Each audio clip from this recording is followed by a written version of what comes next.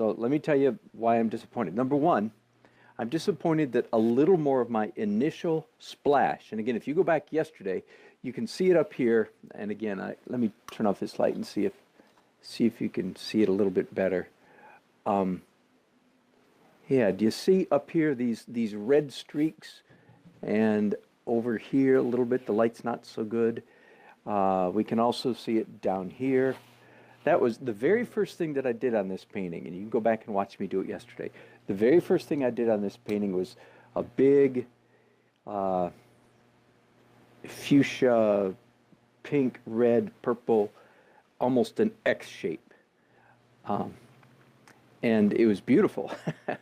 And I talked about how I wanted to retain it. And you can still see it, but there's not as much of it as I would like. Rats, it's a second painting in a row. The other one being the Statue of Liberty, which you might be able to see is right down there.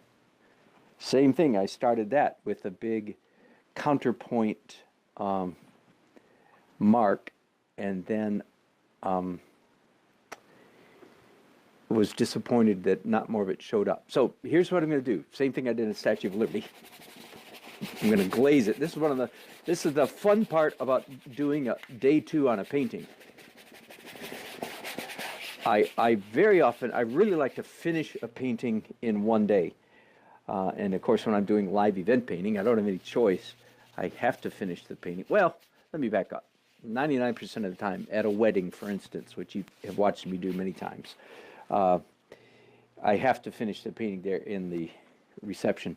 Although that's not technically true, because I tell my clients, if by any chance I don't finish there during the wedding, I will bring the painting back to my studio and finish it at home. That's happened about, of the 80 weddings I've done, I think it's happened 3 times. And one of those I knew it was going to happen because it was an unusually short reception.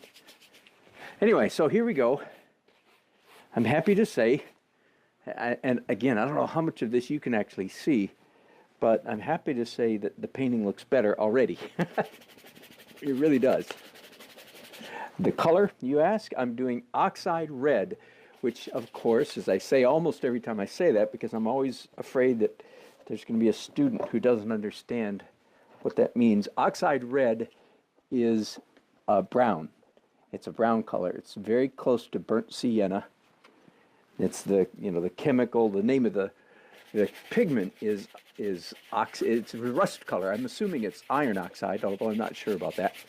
But anyway, the color I'm doing right now is a orange-ish brown, and the painting looks somewhat better already. Excuse me just a minute while I go ahead and get the edges all painted. I don't want to forget those. I finish, by the way, I do the top and the bottom of my paintings after I'm all done. I do those, the top and the bottom, to match in acrylics. But I do the sides of the painting throughout the entire painting process. Okay, now, it certainly has a new look. It's a much warmer painting than it was. Now I need to decide, do I like it as a warmer painting? Yes, I do. Do I want it that warm? I'm not sure that I do. Typically, the next thing I do after I've done a glaze like that is I'll take a rag and lift out the bright spots. Lift out the hot spots, which in this case are very obviously these windows. And one of the things I like about glazing as well is that the color gets into the cracks. If you have any impasto. Hi, Kathy. Yeah, thank you, Kathy. Great question. What makes me decide what color to use at the beginning and at the end? I'll start with the easy one. At the end, here's what I tell my students to do. It is kind of funny, but I insist on it. When you're doing this final glaze, like in the day 2, if I do a 2 or 3 day art class where we're doing a final glaze, here's what the students have to say, and I make them say it. They all giggle, and I say, okay, here's what you have to say about your painting. So this is the students talking about their own painting that they're about to glaze. they have to say, I like it pretty much. Okay? Which some of them just about choke to death because they can't get those words out because they want to say, I hate it. And I said, no, no, no, no. You have to say, yeah, that's pretty good. I like it. That's pretty good. I like that quite a bit. They have to say something like that, okay? Then they say, I like it pretty much, but I wish it was more blank. And the blank is a color, is a hue, is a color. Red, orange, yellow, green, blue, whatever I missed, red, whatever, okay? So what makes me decide what color to do this? I looked at this painting a few minutes ago, said, yeah, I like it. I followed my own rules. I like it. I wish it was warmer or more orange. So that's why I pick up. Now, oxide red is one of the most common colors that I use for a glaze. But so often, I often want a painting that's warmer. But I certainly did this time. Okay, now for the harder one, about what color splash to do at the very beginning. Very good question, very intuitive. If I know what my subject matter is, and of course in this case I did because I'd actually worked it out pretty carefully. Look at the difference, by the way, in this color and that.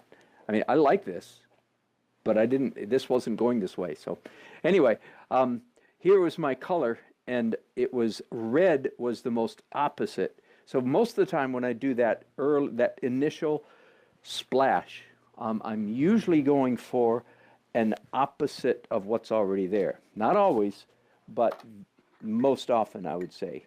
So with the Statue of Liberty, which is green and blue, so the initial composition, abstract composition that I did on the canvas was red.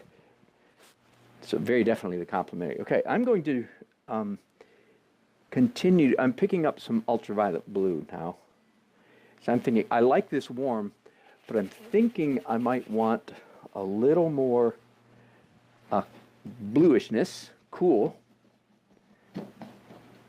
up here in the sky.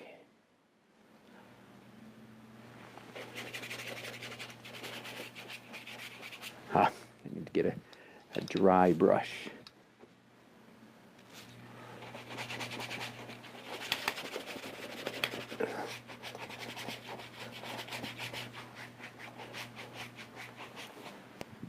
Oh yes, better. So there was too much brown over the entire painting.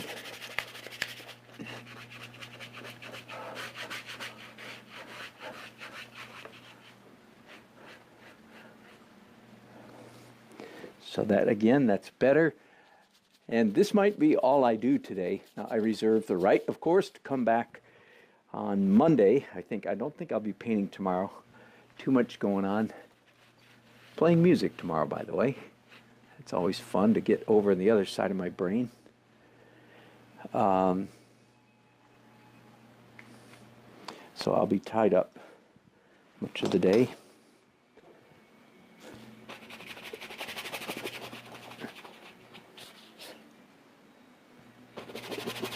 This is more blue down here. Yeah. Okay, I do think that on Monday, I think this is close to being a good painting, so I would like to push it the rest of the way through to make it a really good painting. And with just a little bit of work, I think I'll be able to accomplish that. Let me do just a little bit more before we go here. Any other comments, my friends?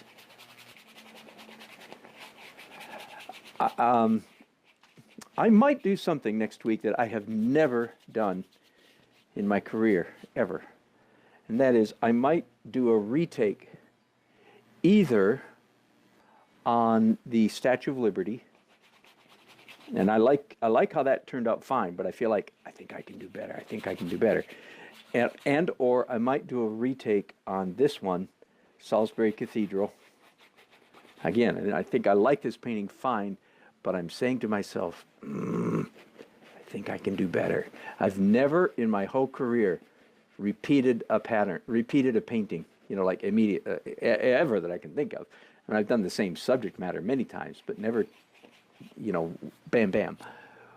Well, when do you know when to leave it alone? That is the hardest question in painting. Very good question. The answer is, I don't know. The answer is, you're always done before you think you are, we almost all of us, we take every painting a little bit too far. But once you know that rule, then, if you took that to its logical conclusion, you would declare a painting finished when the canvas was blank. Why? Because you don't think you're finished. But do you follow me? So it helps to know the rule. It helps to know that we all tend to take it too far. But even that doesn't solve everything, because you still have to ask the question. But do understand that, as if you're an artist, we all tend to take it too far. That helps. At least that gets you going in the right direction.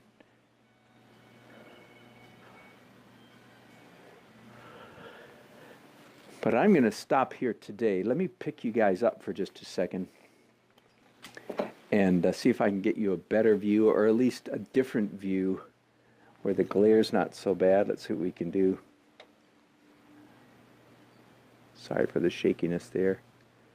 There, that's a little better. You're seeing the real feeling of the color. And again, ignoring the, what happens if I do that? Nope, too dark. Okay, so that's what it looks like. Thank you, Edward. Good to have you back again. So I'm going to call it quits today. Thanks for watching. I did want you to see the ease, the speed, the ease with which you can often, if you have a second day on a painting, third day, fourth day, fifth day, how quickly you can improve a painting using transparent glazes. Did you catch that lesson? So I could call this finished. I might. I'll look at it on Monday. I might say, ha, good enough, sign it and be done. Or I might do a few little, and the emphasis here is on little. I might do a few little touches. I don't even know where right now. It's not my job to know where today. In fact, you know what I'm going to do? I'm going to sign it tonight. And then if I decide to modify it on Monday, I will. But I don't think I will. So pretty cool, huh? Easy way to improve a painting. Remember that, transparent glazes. Some of you, if you haven't been with me for long, that the medium I'm using is Liquin, and I like Liquin Original. Let me show you what that looks like on my palette. It's that pile of stuff right there in the middle, and it's a gel, so you don't need a cup. I really like gel mediums because they don't flow. They stay, more or less stay where they're put. Okay, that's enough. Thanks, guys. Hope you have a great weekend, and I hope to see all of you. We're taking attendance. Hope to see you here on Monday. Thanks so much for watching, and if you haven't subscribed yet, please do so, and tell your artist friends to watch me. Appreciate it. Bye-bye.